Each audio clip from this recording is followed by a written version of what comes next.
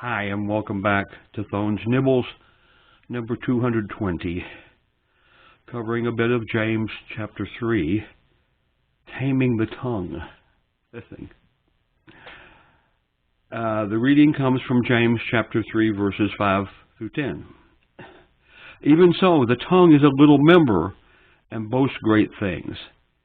See how great a forest a little fire kindles, and the tongue is a fire, a word of iniquity. The tongue is just so set among our members that it defies the whole body and sets on fire the course of nature, and it is set on fire by hell. For every kind of beast and bird and of reptile and creature and of the sea is tamed and has been tamed by mankind, but no man can tame the tongue. It is an unruly evil, full of deadly poison.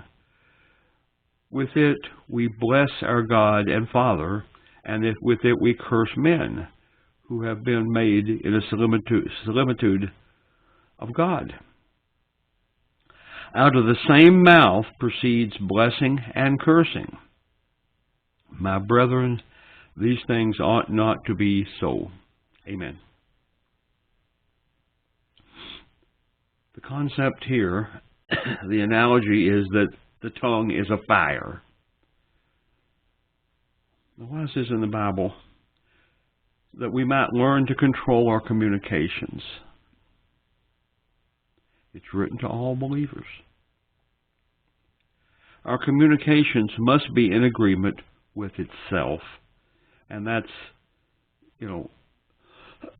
kind of a concept that is worldly as well as spiritual. In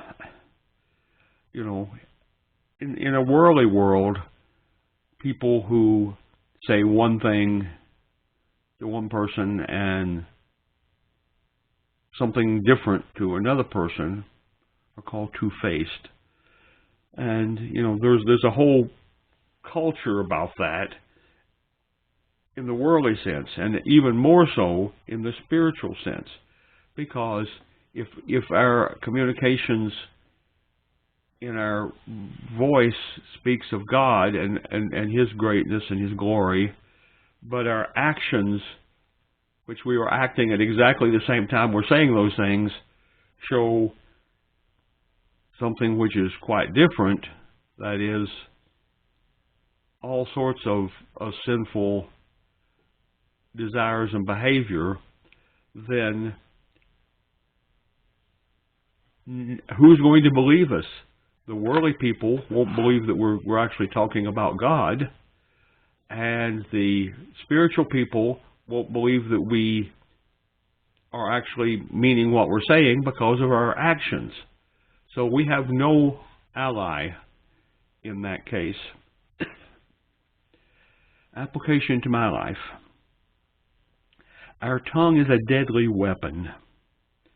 Sometimes the wrong words can break a friendship or undo our witness. We must focus on saying truthful things and then in a gentle spirit. Otherwise, we may set the world on fire. And let's just think about this for a minute. Our wrong words coming out of our mouths can break a friendship. That is, for example, we might betray a trust that some friend has laid upon us of what is really going on in their life. I being, sort of an elder in our church, I do get such sharings from time to time that,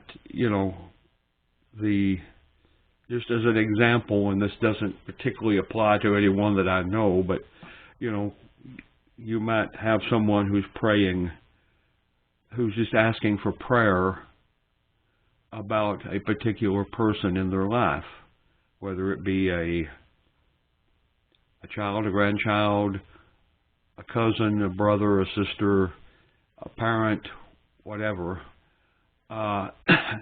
please pray for them. I sometimes am in private confronted by these same people who tell me what it is that I'm praying, that we are praying for. And, it can be simply something embarrassing, like they're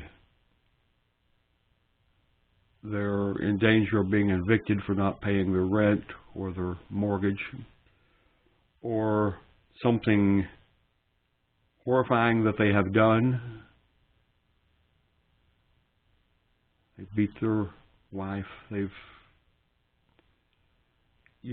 just so many stories.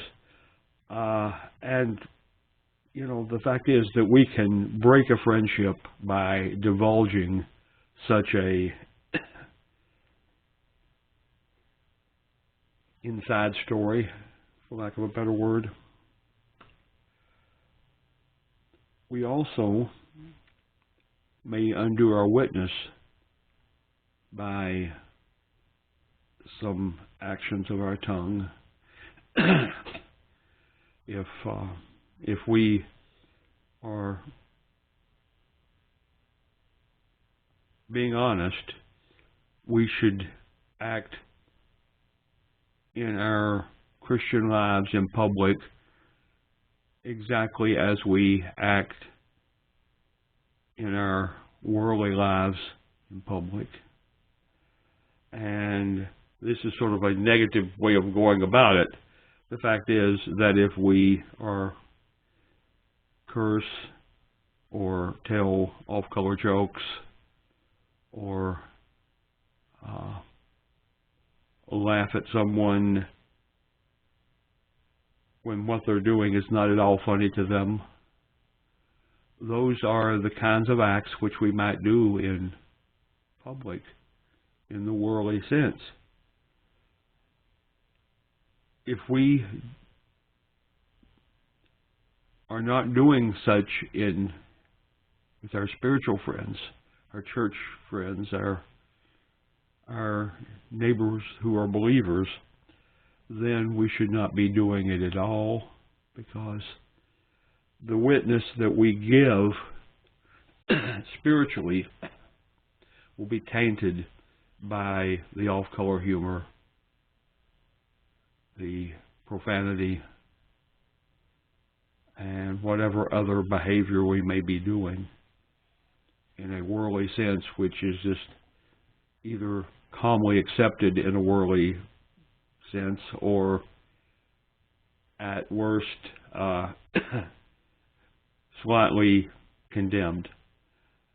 Those things we must never do in even any sense.